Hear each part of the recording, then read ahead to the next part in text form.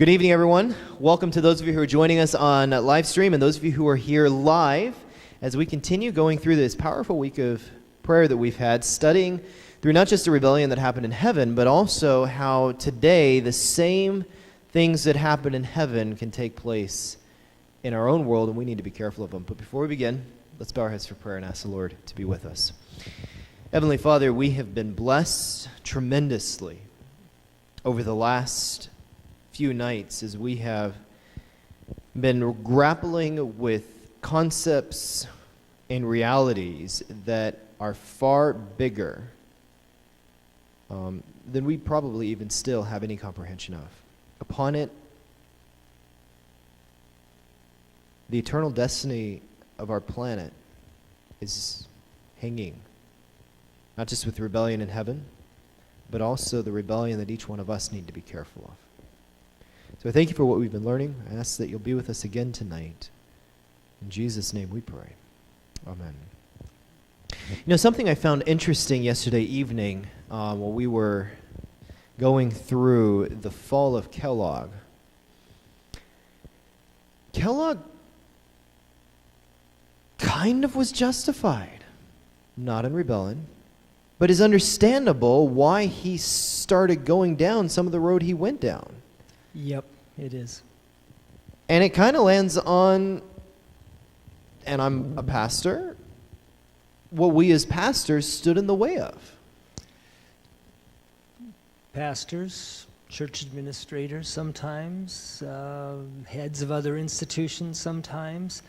I think I said this to you earlier, but actually, as near as I can tell, every basically evil thing that Kellogg did, he did as a matter of fighting fire with fire because someone else had done it first. And the problem is that the someone else's were, most of them, responsive when they got called out on it. But once Kellogg started down a road, he didn't turn back. So in other words, when they received a message or a rebuke from the prophet saying, hey, what you're doing is not right. Yeah. Or sometimes it was in just a general conference type of a administrative committee type of thing, or somebody said, oh no, you can't be doing that. That's just wrong. It wasn't always directly from Ellen White. Right. But in some type of a setting where they got called off for it, then they would backtrack. Right. And Kellogg wouldn't. He didn't much. And as I was thinking about that, that's a serious warning for us. Yeah. Because there can be times we're fighting for right and what should be done. And people who are in spiritual positions of leadership may not see the light. Right.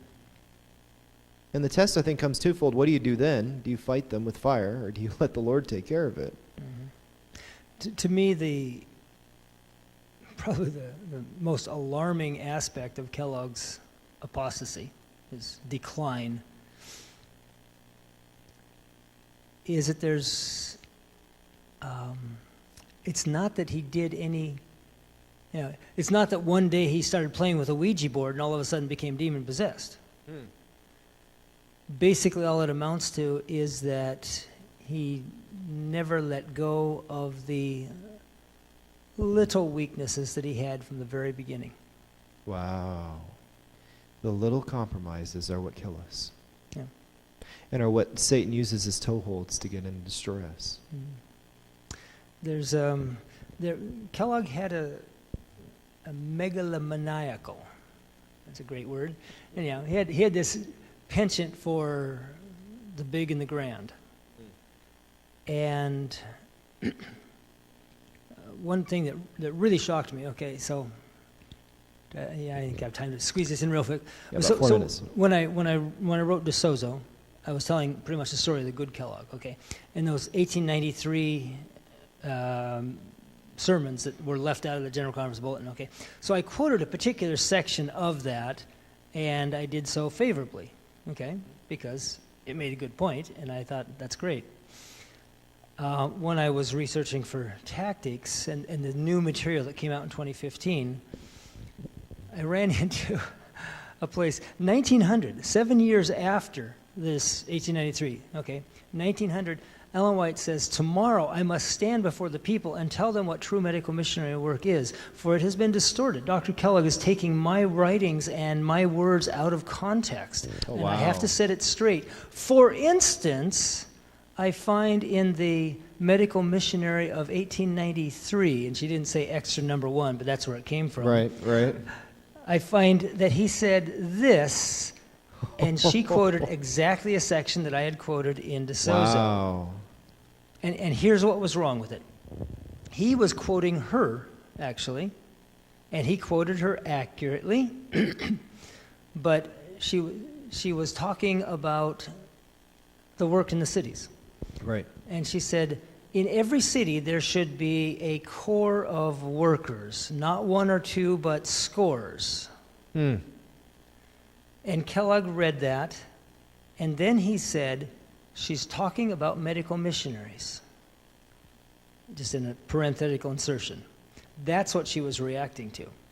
Because what was she talking about then if she wasn't talking about medical missionaries? Yeah, and it's tricky. And I got to be almost sympathetic to Kellogg. It was a 14-page letter. The first 9 pages, I think I have my numbers right now, the first 9 pages are all about medical missionary work. Right. The quote that he reads is on page 10.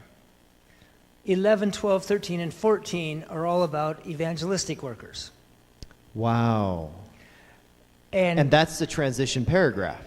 I don't know Maybe. if you can say that particular... Where it's in that area. Yeah, right. Right, I right. mean, and it wasn't like it was a real smooth and connected transition. She kind of just bounced from here to there type of thing, you know? And I can sympathize. He might well have thought it was all about just medical missions, because that's what the first 9 pages have been about.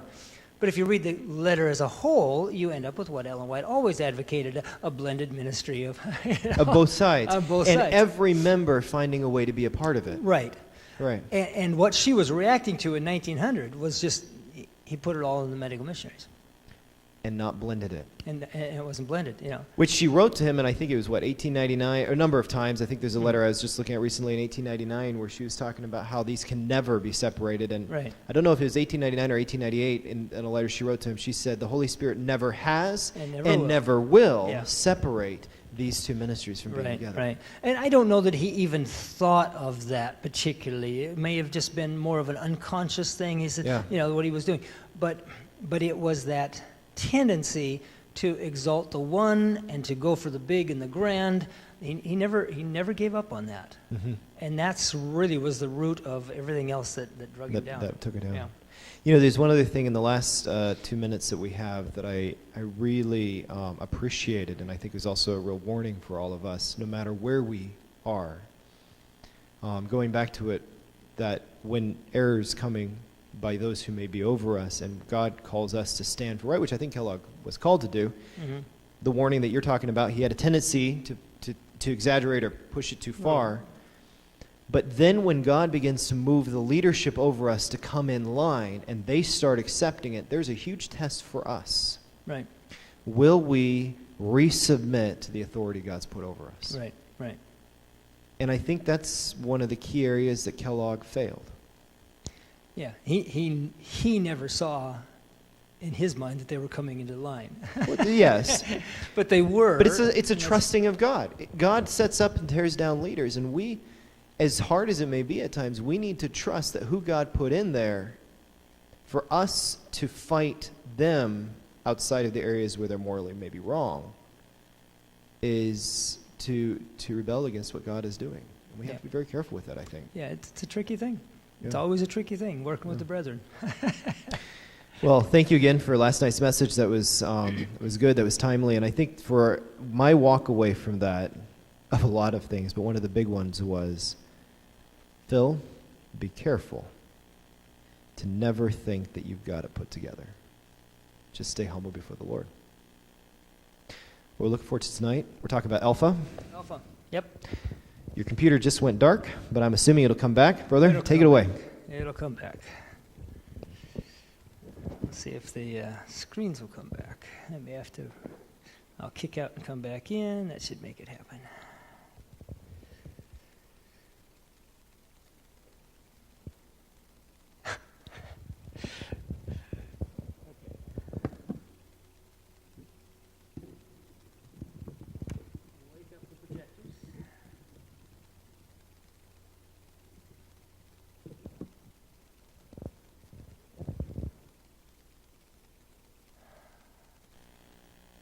Is it coming? Come on, come on. Yeah, oh, come on. You can do it. I know you can.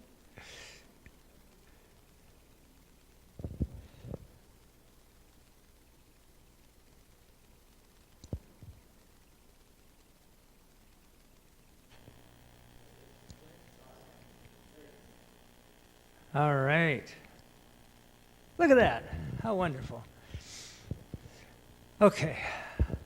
Let's bow our heads for a word of prayer. Father, we ask that you would be with us now as we look at a story, a scene that's really not very pretty. But we pray that you would help us to learn, help us to understand, help us to be quick to take lessons to ourselves and slow, or at least very, very careful to apply them to anyone else. Pray for your wisdom now in Jesus' name. Amen. Okay, the Alpha. What is this? This is Tuesday. So Sunday night we dealt with the good Kellogg.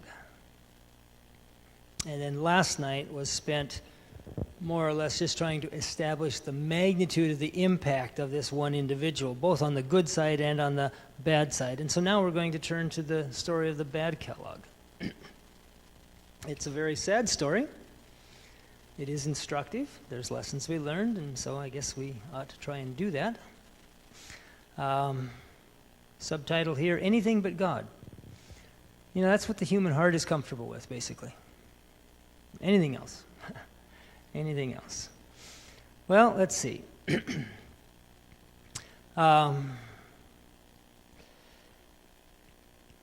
kind of touched on this some last night, but let's just pick up a little bit here. I have light from the Lord that Dr. Kellogg needs to be guarded. He is leaving a wrong impression on minds. He has made a mistake in supposing that the medical missionary work has an importance above every other work. Medical missionary work has its place, but it has been made disproportionately important. Now, it is important to notice the wording here, disproportionately important. I think we have in this presentation another statement later on. Certainly Ellen White made another statement a little later on, where she was speaking to conference officials, and she said, "You act like his work is disproportionately large." And she said, "That's because you're not doing anything." You're not doing enough.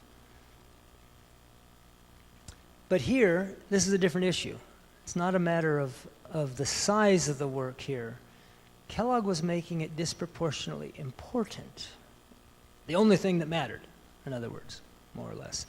And that's not where it should be. But, you know, from cause to effect, right? How come he came to feel this way?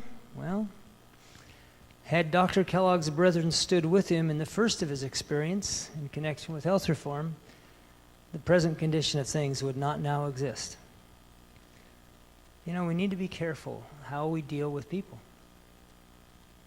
People are,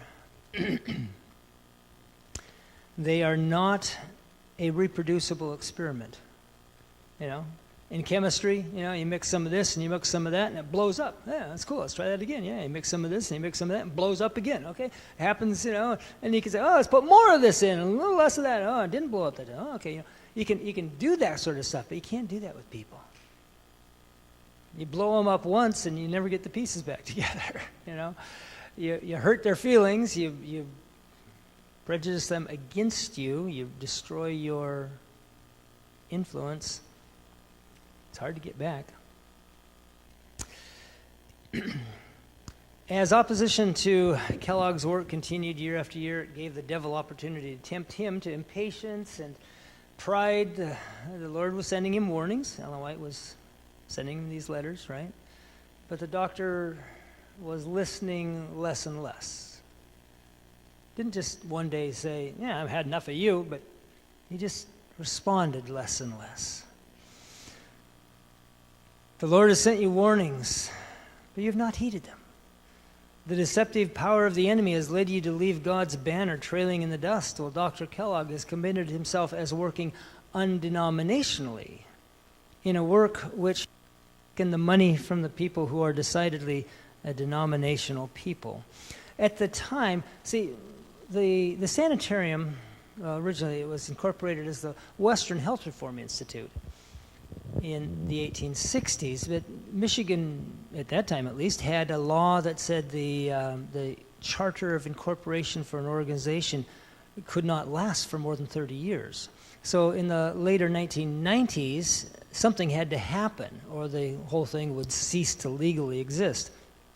And so what happened is that the original corporation was sold to a newly created corporation.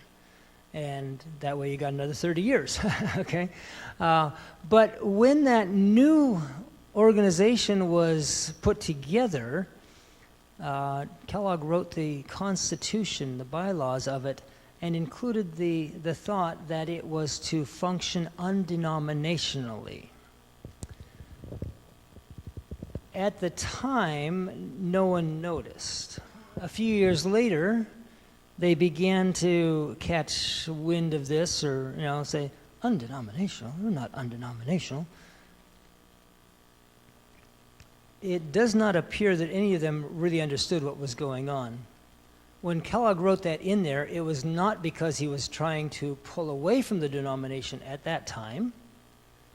It was because he was hoping to be recognized by the American Medical Association, because he'd just started his medical college.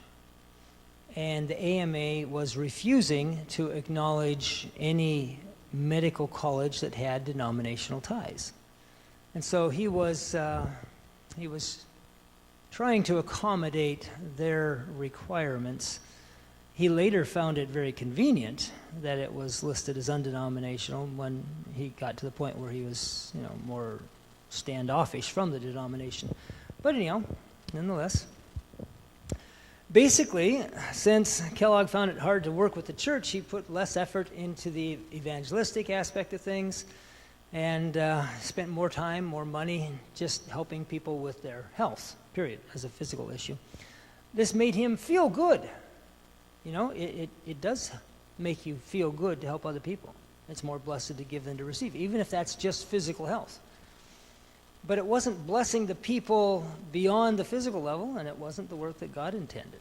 Right? So this letter goes on, Ellen White writing. She says, the work has been hindered. The cause of God should have a different showing, far different. And who is to blame for this hindrance? You give heed to men not of our faith. You delight to show what you have done, and by a free use of money that was not yours to handle in a way that God has not appointed. That right there, that men not of our faith, is perhaps the clearest indication that anyone, and that was Ellen White, had any idea about the AMA pressure that was going on at the time. There was a whole fascinating episode that took place in regard to the building in Chicago. I don't have time to go into this, but if you're familiar with the Kellogg's, it was his major attack on Ellen White for the next 40 years, is that she wrote to him and said, you've spent too much money on a building you put up in Chicago. And he had not put up a building in Chicago. They had plans to put up a building in Chicago, pretty much exactly like she had described. It had not been built. And so Kellogg ignored the fact that she'd stopped him from doing something that he shouldn't do, and he should have been grateful for that.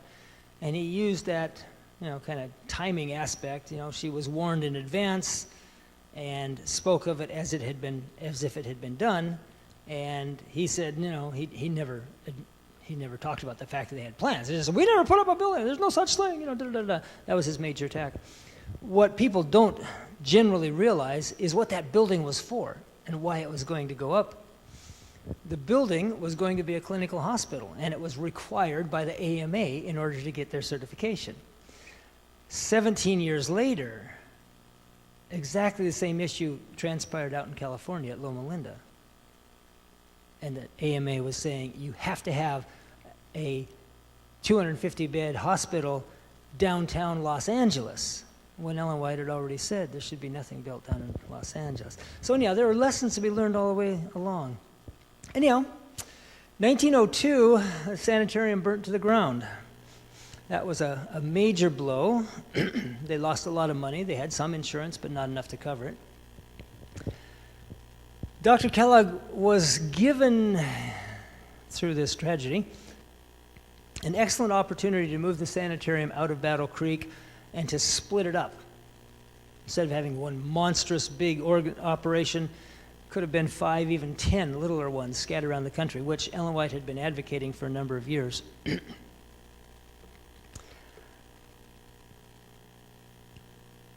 But he didn't do that. I think it's,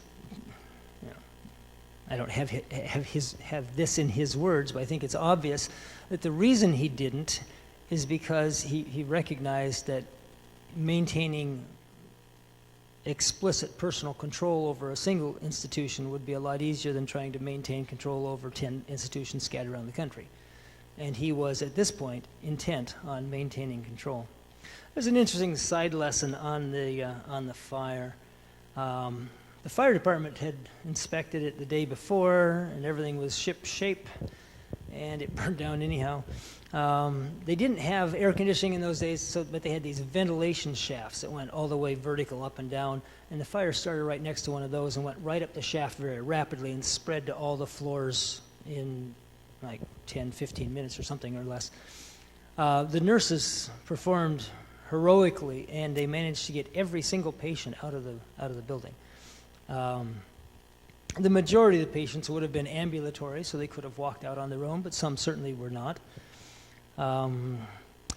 There was only one fatality, a Mr. Case. He was evacuated. He was across the street, standing in a snowbank in McCamley Park, along with everybody else. And all of a sudden, he said, "My mattress!"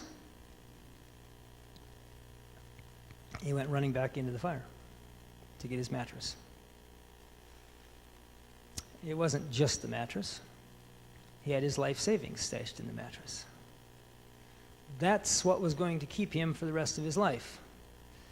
And I guess the good news is that it did. You might want to think carefully about what you're willing to risk your life, okay? In more ways than just running into a burning building. But anyhow. Well, so Kellogg decided to rebuild. He determined to build, in some ways, bigger. In some ways, he was pretty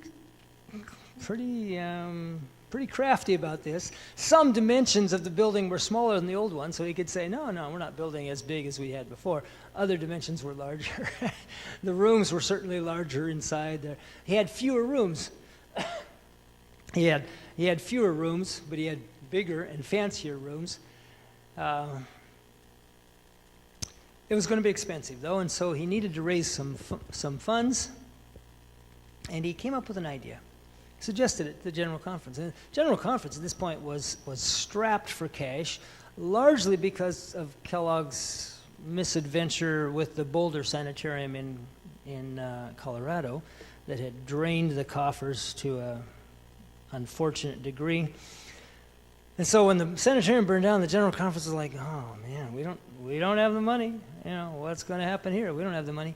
And Kellogg came and he suggested a plan. He said, I've written a book. Just finishing up this book. And here's what I'd like to do. I will donate my royalties. Anything that I would normally get from the book, I will donate it to rebuilding the sanitarium. Let's ask the Review and Herald to print it at cost and donate their portion. And then let's ask our church members to sell it and donate their cut of the deal, so to speak. And let's let all that go to rebuilding the sanitarium. And, the General Conference Committee, actually in the committee notes, they said it was a splendid idea. I mean, how are you going to get the money, right? You got to do something. And so the book was, finished up. I think he wasn't quite done writing it yet. Finished up spring of 1902. Some galley proofs were pulled, and different people looked through them a little bit. And there began to be rumblings that there was some weird stuff in the book. The term that's always been used pretty much is pantheism. Some technical theoreticians on the subject would make a distinction. It was perhaps not pantheism, it was panentheism, which is almost identical. It's hardly worth making a distinction. And it was extremely mild. I will guarantee I can find vastly worse examples of pantheism in any non-Adventist health food store you happen to point me to a literature rack. Now, I'm assuming it was mild. Let's put it that way, okay? I've only read about 4 paragraphs of the book, and those are the samples that people have pulled and said, this is pantheism. So I'm assuming that they went to the trouble of pulling the worst stuff. I don't know. I haven't read the book. I'm not going to read the book for a very simple reason. Ellen White said, don't read the book. So I'm not going to read the book.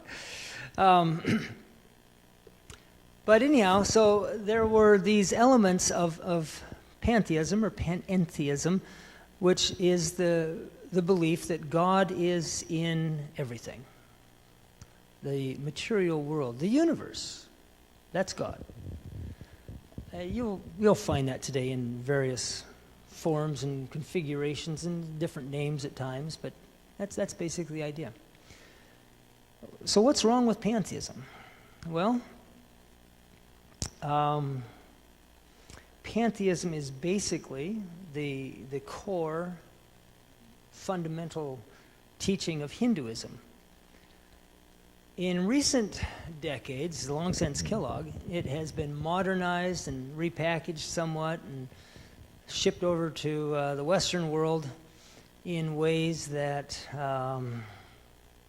don't sound quite so jarring to the Western mind, I suppose. The claim of pantheism is that it brings the sense of God close, because in everything we see God. Yeah, okay. Whatever. The problem is that in everything it brings God close and it puts God within me, because I'm part of the universe. And so I have God in me. You have God in you, too. One of the more notable advocates of this kind of thing, a non-Adventist guy, right?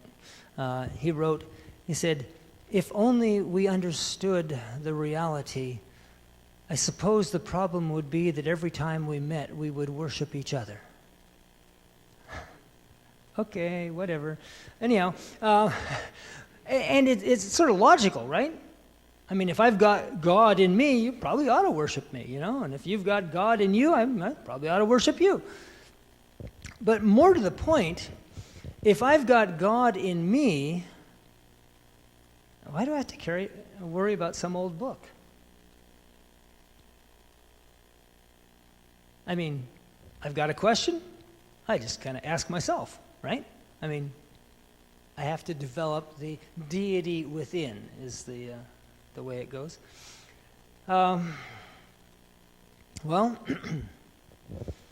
So the book was, like I said, the galley proofs were distributed around. There were rumblings and concern. September of 1902, the question was advocated and discussed at a meeting at the General Conference headquarters in in Battle Creek. It was, General Conference in Battle Creek.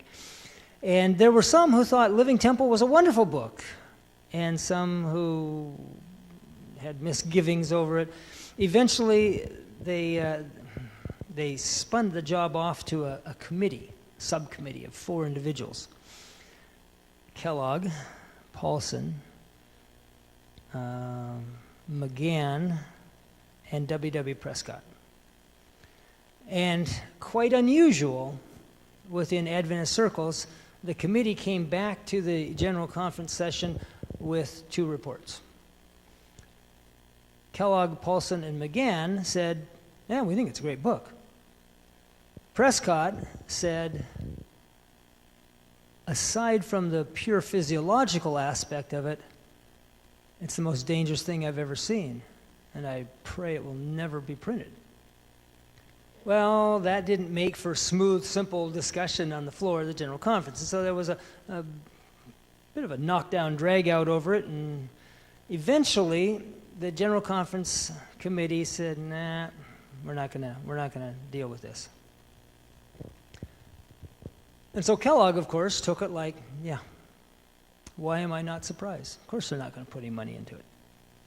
So he took the book, and he, instead of having it printed through the General Conference, he went to the printer himself. And he said, hey, would you print this book for me? And the nice people at the Review and Herald said, sure, we'll print it. Because it was a private job. It wasn't a conference job, no, it was a private job. So that was like late September 1902. They had to do the typesetting, one thing and another. The plates, the printing plates were on the floor of the press room on December 30, the night of 30/31, I think it was, 1902, when the Review and Herald burnt down. And that was, another blow to the church, right? And to Kellogg. Anyhow, as I said last night, to me, one of the most amazing things about the whole time period was this, and we read this last night. This is now 1903, right?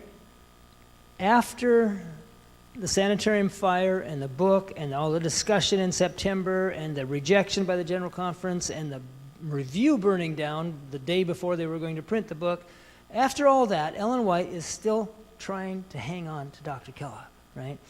God does not endorse the efforts put forth by different ones to make the work of Dr. Kellogg as hard as possible in order to build themselves up. God gave the light on health reform, and those who rejected it rejected God. One and another who knew better said it all came from Dr. Kellogg and made war upon him. This had a bad influence on the doctor. He put on the coat of irritation and retaliation. God did not want him to stand in a position of warfare, and he does not want you to stand there. Well, Ellen White was trying very, very hard to hang on to the man. Unfortunately, Kellogg was not responding well to her efforts. As time went on, actually at that General Conference, Ellen White tried 3 times to address the question of pantheism. 3 different occasions. She sent the word out. She said, I want all the doctors and ministers to have an early morning meeting. And 3 times she came walking in and had a manuscript in her hand, and she walked to the podium, and she looked at the audience, congregation, and she put the manuscript in her carrying bag, whatever thing that she had, and she pulled up her Bible, and she'd say, let's turn to John chapter 5. And she would just have a nice devotional talk. The Lord just stopped her 3 times in a row. She kept thinking, no, I've got to address this, and the Lord stopped her. When it finally was time to address the pantheism, Ellen White was clear as to its dangers.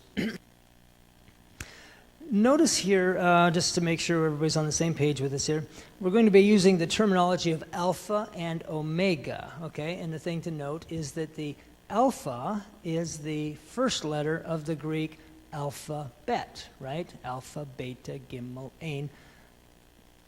So that's where we get our word alphabet. So alpha is the first letter, and down the other end is the omega. Okay? So this is what Jesus said, I'm the alpha and the omega, the first and the last, right? So that's where this terminology comes from, right? Many will depart from the faith, giving heed to seducing spirits and doctrines of devils. We have now before us the alpha of this danger. The omega will be of a most startling nature. Okay? She's talking, I don't have enough context for you to really see it, but she's talking about Kellogg's apostasy and specifically the book Living Temple. Living Temple contains the alpha of these theories. I knew that the omega would follow in a little while, and I trembled for our people. In the book Living Temple, there is presented the alpha of deadly heresies. The omega will follow and will be received by those who are not willing to heed the warning God has given. You know, it's interesting, though. She doesn't specify exactly what that warning is. My guess, because there's nothing in the context, there's no specific warning in that context that I can easily point to. My guess as to what she's perhaps talking about right here, maybe, is a real simple one. Don't read the book. Don't read the book. Don't dabble with that stuff. Of course, today we'd have to add thousands of other books and thousands of YouTube videos and thousands of whatever this is and whatever that's. You know, the media is saturated with this stuff. Anyhow,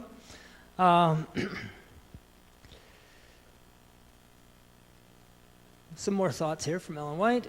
As I am shown these special things of Satan's science and how he deceived the holy angels, I am afraid of the men who have entered into the study of the science that Satan carried into the warfare in heaven. Oh, how I have longed to be where I should not be compelled to see the same science practiced on this earth by medical practitioners. How my heart has been agonized. I have seen souls accepting the inducements held out to them to unite with those who were warring against God. Not a good thing. We have reached the perils of the last days, when some, yes, many, shall depart from the faith, giving heed to seducing spirits and doctrines of devils. Be cautious in regard to what you read and how you hear. I think that's another way of saying don't read the book. Take not a particle of interest in spiritualistic theories. Satan is waiting to steal a march upon everyone who allows himself to be deceived by his hypnotism. He begins to exert his power over them just as soon as they begin to investigate his theories. Now, this was a serious concern for me, because out there on the little table there by the doorway is a book called Tremble, which, remember she said, the Omega would come and I tremble for our people. That's where that title comes from. And it deals with Kellogg's apostasy and the contemporary elements of that, which are increasingly annoying to the Adventist Church. So how do you write a book without, investigating theories? I had to decide, what do you do? And so I didn't make it as obvious, perhaps. Maybe I should have in Tremble. But in Tactics, my more recent book, that's exactly what I did. It came more clear to me, I guess. I followed Ellen White's lead. She never analyzed the theories of pantheism. She did speak about what they did, the tactics that were used, the actions, the methods. Not the theories, the methods. So I tried to stick with that. And that's why I talk about what I talk about, and I don't go into any big in-depth interpretations or discussions of pantheism. Actually, she told the folks at the review, she said, don't publish articles about that stuff. Don't even publish articles trying to show that it's wrong. Because in order to go to the trouble of showing that it's wrong, you have to show what it says. And in showing what it says, you're spreading it. Don't do that. So if that's the way it's to be dealt with, don't read the book. I think that's kind of clear. One other thing I'll just throw in right now for what it's worth.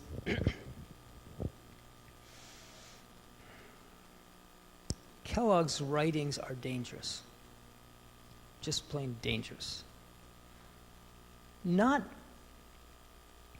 only because of pantheism. He's just dangerous. He could make things sound so good for his side. So obvious, so simple, so clear, so heart-rendingly something or the other. I'd read a few things that he'd written, enough to know that, but only like I'd run into over the years. I'd run into a letter here or a letter there that I managed to latch onto that Kellogg had written somewhere or the other. But more recently, a lot of materials have become available, a lot of Kellogg's materials. The collection of his papers is at University of Michigan in Ann Arbor, and it's all online now. The collection of his correspondence is at Michigan State University here in Lansing, and it's not online, but it's available. And a lot of his letters are available, the letters that he wrote to Ellen White are available in what's known as the incoming correspondence file, which was released in 2015 along with those other things. And so I had to try and figure out, how am I going to deal with this stuff? Do I want to read this? And I'll tell you what I did, just to be honest. I won't guarantee that I did the smartest thing, the wisest thing. I think I did what God would have me do, but I don't claim to have that level of absolute certainty. What I did was I read everything that Ellen White wrote to or about Dr. Kellogg from 1892 to 1907, 15 years. Took me about 7 months of serious reading, sometimes 4 hours a day. I had no idea she'd written that much, or I might not have been so ambitious. But I read through everything that she had to say on the topic before I read Kellogg's stuff. And all I can say is it was none too much. It was none too cautious. Because the guy's terribly persuasive. And if you don't have the answer to what he's doing, if you don't have the other side of the story, I tell you, he will suck you in. just a thought. You will find other people like that. You might want to just, be cautious in sometimes. Okay.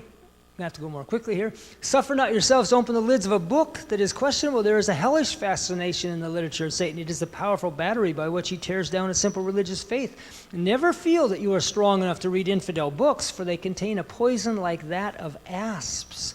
They can do you no good and will assuredly do you harm. In reading them, you are inhaling the miasmas of hell.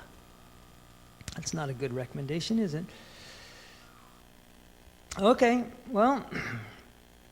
It's no wonder Lucifer's story explains so much about Kellogg's apostasy, and there's so many parallels. It turns out that Kellogg's apostasy was choreographed by the same choreographer. No greater deception could be presented to the minds of men than the representation you have made of God. Souls will be lost through the sowing of the statements found in Living Temple. In presenting error, you have united with the Prince of Darkness. When you wrote that book, you were not under the inspiration of God. There was by your side the one who inspired Adam to look at God in a false light. You have been the spokesman, repeating the words of accusation and condemnation of the arch deceiver. Your science has been used to benumb the sensibilities and confuse the judgment of others. In long night talks, you have presented your mind and plans and works, and these have become their mind and plan and works. In listening to your words, these men have imbibed the very science of the tempter. You have twisted and manipulated and misstated and misrepresented the testimonies that God has given, making them of no effect. Now, Remember when we were talking about Lucifer, I said that the idea of planting a seed of doubt and then going around and coming back and re-engaging in conversation and getting the angels to repeat. That's the one thing that she hits on Lucifer more than any other, over and over and over. This is what she talks about with Kellogg, these long night talks. There's a lesson to be learned there. I don't know who's going to need it or when, I may need it someday, but Kellogg would buttonhole somebody and get them off to one side, and he'd talk at them from like 9 o'clock at night until 2 in the morning and just wear them down. Oh, yeah, doctor, yeah, sure, yeah, I agree, yeah. Can I go to bed? And the problem is that he would get them to agree. And again, what comes out of your mouth, your brain thinks you believe. Anyhow, going on. The whole matter has been presented to me. You have worked as Lucifer worked in the heavenly courts to persuade his associates to unite with him.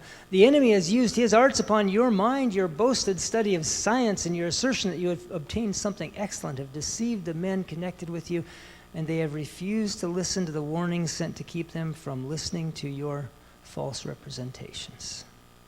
There were a fair number who lost their way because of Kellogg. When I was in Tacoma Park, living in Carroll House, many things were presented to me in vision. One of them, a committee meeting held during the night hours in the Battle Creek Sanitarium. The meeting was conducted by Dr. Kellogg. Many of the physicians were present, and W.C. White, having been sent for to attend a special council, was reined up in this committee. They ganged up on him. Oh, what agony of mind I suffered as I was viewing the way in which Dr. Kellogg conducted that meeting. I may sometime describe it, but not now. I haven't found that she ever did describe it, but Willie did. So we have his account, and we can kind of see. And it was one of those long night talks. It stretched till 2 o'clock in the morning. She goes on, I have told Willie that if ever plans were made for him to go into another night session with Dr. Kellogg, and I knew it, I would certainly exercise all the power God would give me to break up such an interview. Evil angels were there, and if the physicians present had had their true senses about them, they would have understood the spirit and influence of the actions of Dr. Kellogg and of the words spoken by him on that occasion. This matter of powering thoughts into others' minds doesn't always have to be done in person. And a lot of people stay up every night watching TV. I'm not sure it's any better. Okay, let's go on. It would have been better for Dr. Kellogg if he had never been born.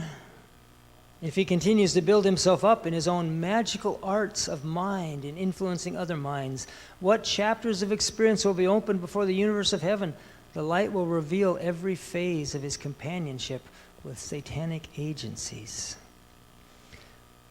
I know the seducing power of Dr. Kellogg's advisor, and I have no other name to give it but the seductive influence of satanic agencies. Dr. Kellogg has dealt in this influence to a greater or less degree. He has not changed except to be more secretive.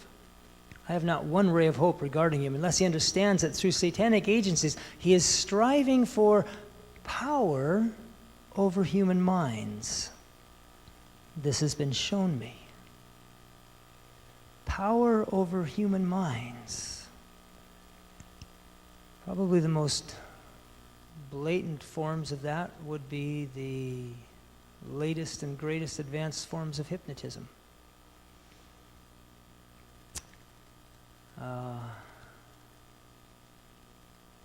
Yeah, they're real stuff.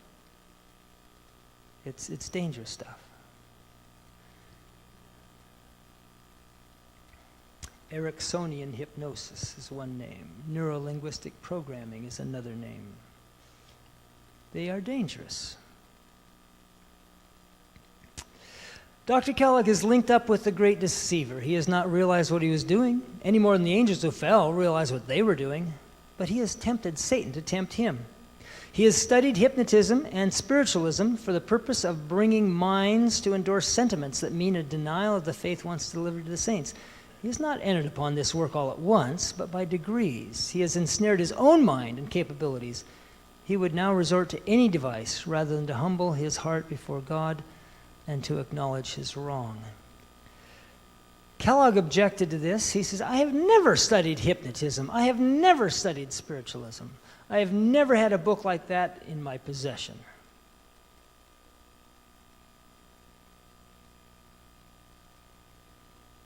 He might be telling the truth there. I don't know. I can't prove it one way or the other. His denial rings true to a certain degree because everything else you see about him, he was just really locked onto his medical studies. He didn't pay attention to anything else. But if he wasn't reading books on hypnotism and spiritualism, I trust Ellen White, he was still studying it. And perhaps directly under the tutelage of Satan. So he may not have known it. Somehow, something, I don't know. Some things I don't have every detail on. But that is a big issue. And this was a huge part of what Ellen White referred to as the alpha. I cannot possibly imagine the omega without these things being present. And so I talk about them by way of warning. I have seen Dr. Kellogg exerting a hypnotic influence upon persons, and at such times the arch-deceiver was his helper. Those who sustain him, remember his associates, right? Those who sustain him are guilty with him. This blindness of understanding is a strange thing in our ranks. Dr. Kellogg places himself in the position of one who is abused because he cannot carry everything with him, but he is still at work with all subtlety. I have warned our people, for they do not understand his underhand secretive working, and he works with such ingenuity to obtain sympathy that to many his words seem genuine. Okay, so this thing about he cannot carry everything with him, it means he wasn't getting what he wanted in committee meetings, basically is what that boils down to. He presented himself as one who is abused. That's the classic appeal to sympathy. Why? How come everybody's picking on me? Ellen White just doesn't understand. I love Ellen White. She's like a mother to me, but she just doesn't understand that these things these people are telling her are not true. Yeah, you can generate a lot of sympathy that way. And, one of the things that's actually kind of scary is that, well, not quite this late in the game, but about 1903, 04, even into 05, Kellogg was very close, I would judge, from reading the letters going back and forth. Kellogg was very close to getting George Butler and Stephen Haskell on his side. Not on pantheism. That's one thing but on his objections to the General Conference and the way his portrayals of how everybody's always picking on me. And Butler and Haskell were really quite sympathetic, and it's spooky to read their letters. There is something that saved them, and we'll touch on that in a bit, though. Okay, let's see. Let's go on. This is interesting. There's a time for silence here. From 1903, the fall of 1903 especially, onward, Kellogg was a real thorn in the side of the General Conference leadership, especially A.G. Daniels. In 1903, Kellogg floated the idea of reopening the Battle Creek College. They'd shut down the college and they'd moved it out to Berrien Springs, right? But they didn't actually move Battle Creek College. They kind of just shut this one down and they started a new one, which meant that the legal charter for Battle Creek College was still available. And Kellogg needed Adventist young people to work at low wages in the sanitarium. And so he thought, well, if I start a school here, we can, give them some schooling, and they can pay it off through the sanitarium, and this will be a win-win type of thing. And Ellen White was saying, don't send your kids to Battle Creek. It's not a safe spiritual environment. Just don't. And Kellogg was saying, hey, we have some great educational opportunities here, and you can save a lot of money if you come here and go to school. And people were sending their kids. And this was really burning up Daniels. And he would write these letters to Sister White. He'd say, oh, Sister White, they're killing us. You got to do something. You're the only one. If you would just make it clear, the people, the church members, they would respect you. You're the only one with the voice of authority that can deal with this. Please say something. And she kept saying, we need to work to try and save Dr. Kellogg. Let's not make a big issue now. The most classic one she wrote to Daniels and Prescott, and she said, try not to include too many articles in the review that will stir up strife with the doctor. Well, how many are too many? How many are too many? And what can we say, what can't we say? Daniels writes back and he says, we would love to drop the whole thing. We'd love to avoid the whole controversy. We speak of it, if at all, only with whispers. But they are not dropping it. The sanitarium people, they're going everywhere. They're mailing out letters. They're working underhanded. He says, and don't tell me, no one can tell me that it's not affecting our young people. We're losing the flower of our youth. He said, when a father refuses to recommend his son for an honorable position with the conference as a physician with the conference because the father says his son has become an infidel at the sanitarium, he says, you can't tell me there's not a problem. And he wrote this long, impassioned letter, and the last line said, I beg your forgiveness if I have said anything wrong or a single word out of line, something like that. Because he didn't know how to deal with Kellogg because Ellen White was not giving him a green light, so to speak. And then it happened. And again, much like the Meet It experience that you're probably familiar with, the vision of the ship in the fog and all that sort of thing, Ellen White was awakened on the 21st of December, 1905, and she was instructed, get these manuscripts together, send a telegram to A.G. Daniels, tell him to go to Battle Creek and wait for the manuscripts to come in the mail. And Daniels got there on the 26th of December. The night before, Kellogg had had a long night talk from 5 to 11, I guess it was, with a whole bunch of people in which he had pretty blatantly, openly disavowed the spirit of prophecy. He started off by saying how wonderful Ellen White was. He loved her. She'd done wonderful, great things. The Lord used her. And then, as it was said, he, by many infallible proofs, showed that you couldn't trust everything that came out with her name on it because people were influencing and manipulating the testimonies. And the next morning, on the 26th, the packet of documents arrives from Ellen White with a manuscript that she had written almost 2 years before, which included the words that were spoken the night before in that meeting. And that's really what broke the back of Kellogg's movement. So a time for silence, right? Some thought the time had come long ago to make a determined effort to break the spell and expose the deception. For years, one and still another of Dr. Kellogg's men have stood forth claiming that Dr. Kellogg is all right, that he teaches the message as we believe it, that he believes the testimonies.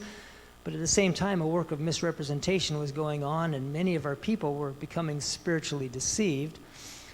To those who urged immediate action, I said, wait until Dr. Kellogg himself and those closely allied with him take an open stand. Then be all prepared with matter ready to print. Notice the tactical approach here. She knows, and the Lord has told her, when to pull the trigger, so to speak. Okay? That's very tactical. That's where this wise generalship comes in that the Lord is calling for. But I was shown that our brethren must make no move until Dr. Kellogg and associates had taken a decided position to repudiate the testimonies. When this was done, we must show our people the right side and take the affirmative in the name of the Lord. We had to move, and yet we had to wait until those in error thought they could carry things against the ministers and churches. I was shown their course of action and had everything in readiness for such a movement and labored to defeat their deep-laid plot. A plot is an interesting thing. This is not just a misguided series of actions or a misguided effort. This is an intentional thing. This is a plot. Just thought I'd notice that. Going on.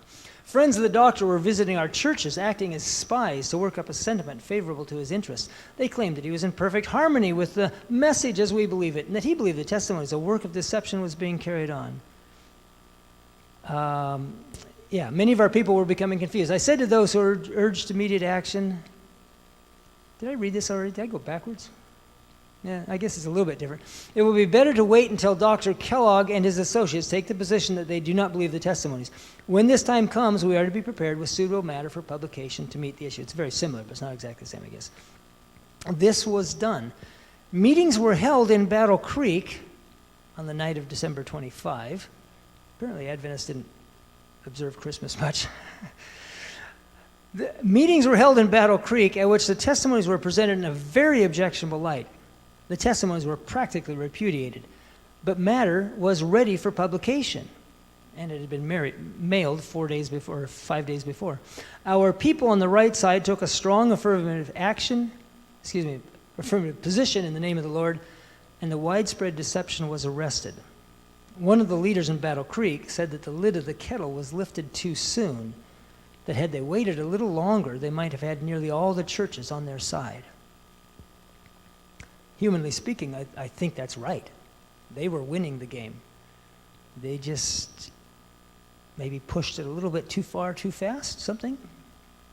Whatever. Okay. Let's keep going. The sentiments in Living Temple regarding the personality of God have been received even by men who have had a long experience in the truth. When such men consent to eat the fruit of the tree of the knowledge of good and evil, we are no longer to regard the subject as a matter to be treated with the greatest delicacy.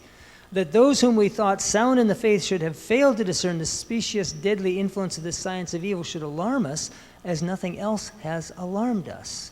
So there was a time to be silent, and there's a time to speak, right? That's something I need to work on, because sometimes I get it backwards. Sometimes I'm silent when I should be speaking. Sometimes I'm speaking when I should be silent.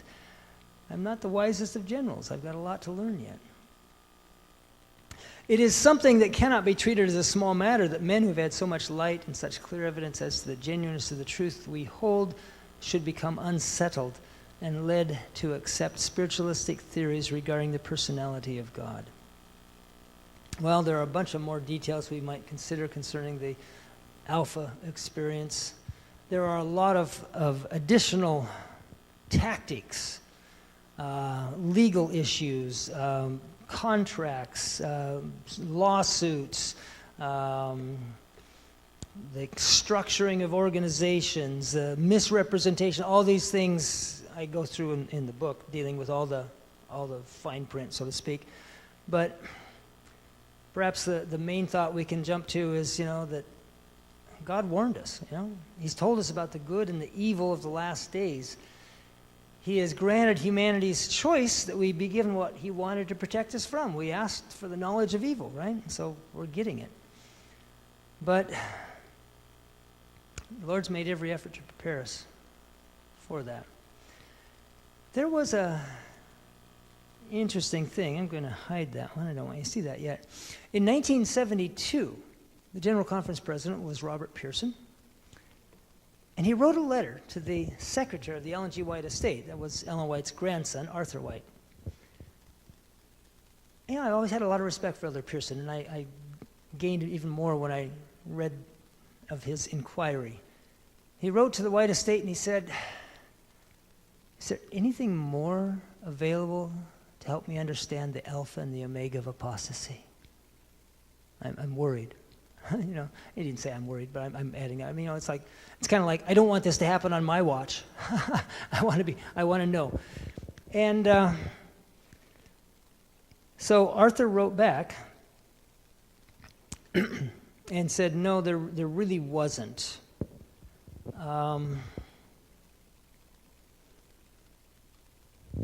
In a certain sense, I believe he was completely accurate.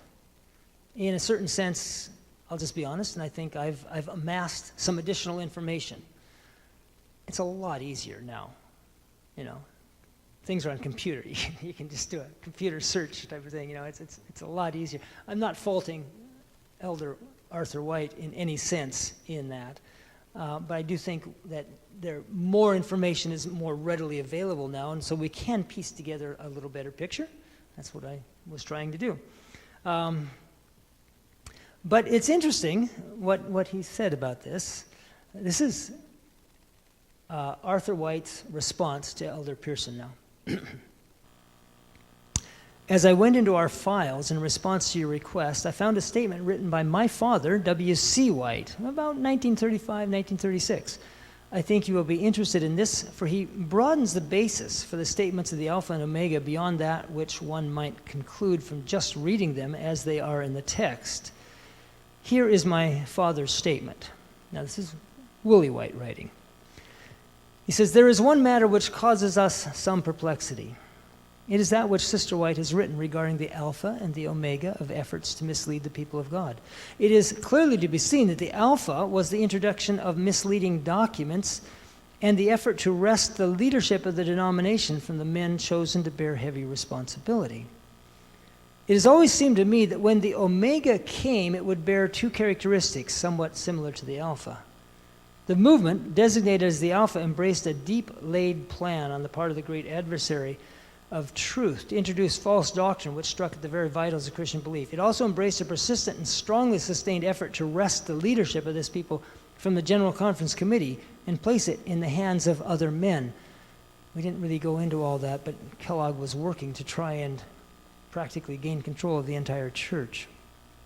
With these things in mind, I cannot accept any movement that I've seen up to the present time as constituting the Omega. When the Omega does come, I shall expect to see something similar to the work of Dr. Kellogg and his associates when they labored so earnestly to undermine the confidence of all our people in the leadership of the General Conference. Well, how bad was it, right? How bad was it? Back to Ellen White now. My heart was filled with sorrow because of the course that J.H. Kellogg is following and A.T. Jones is following, the same course, and voicing the same sentiments with the most determined spirit. When a realization of this comes over me with such force, great sorrow fills my soul. I have before me such a revival of the first great apostasy in the heavenly courts that I am bowed down with an agony that cannot be expressed. And so this is what we've been leading up to, starting with Lucifer, and then Christ, good Kellogg, bad Kellogg. I hope you can see the parallelism. Lucifer's rebellion in heaven 6,000 years ago, roughly, give or take, led to Christ's response on the opposition side, so to speak, on the defense.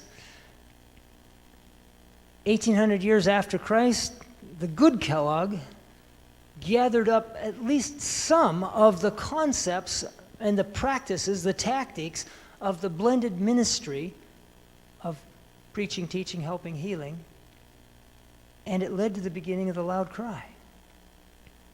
But then the good Kellogg, almost the covering cherub, he flipped, and he became the bad Kellogg. And that led to the alpha of apostasy. That's a lot for one person to be involved in.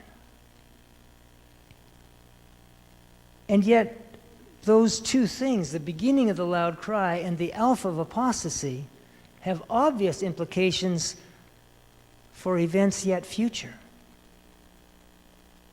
There's lessons to be learned here. And so, in our next Wednesday, Thursday, 2 more meetings, we'll be looking at those things and trying to gain the lessons God has for us. And I'm all done.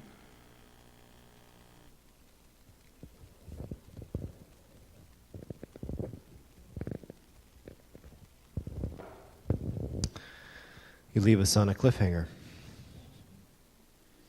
Wow. The Omega's coming. And it would do well for us to understand it. Thank you for taking us through that. I think what we need to always keep in mind is the fallacy of my thinking I've got it all figured out. That's really, Kellogg was his ultimate authority in his own mind. Make sure we always stay before the foot of the cross. Would you bow your heads with me for prayer? Father in heaven, we've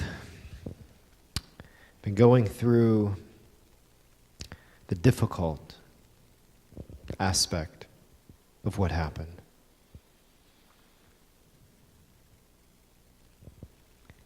I'm thankful that when you recount the history of events, you don't just look and record where everything went well, but you also record the warnings of where it didn't.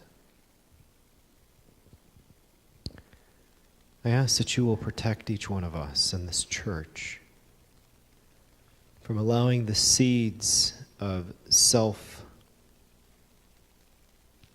thinking that we've got it figured out, self-exaltation.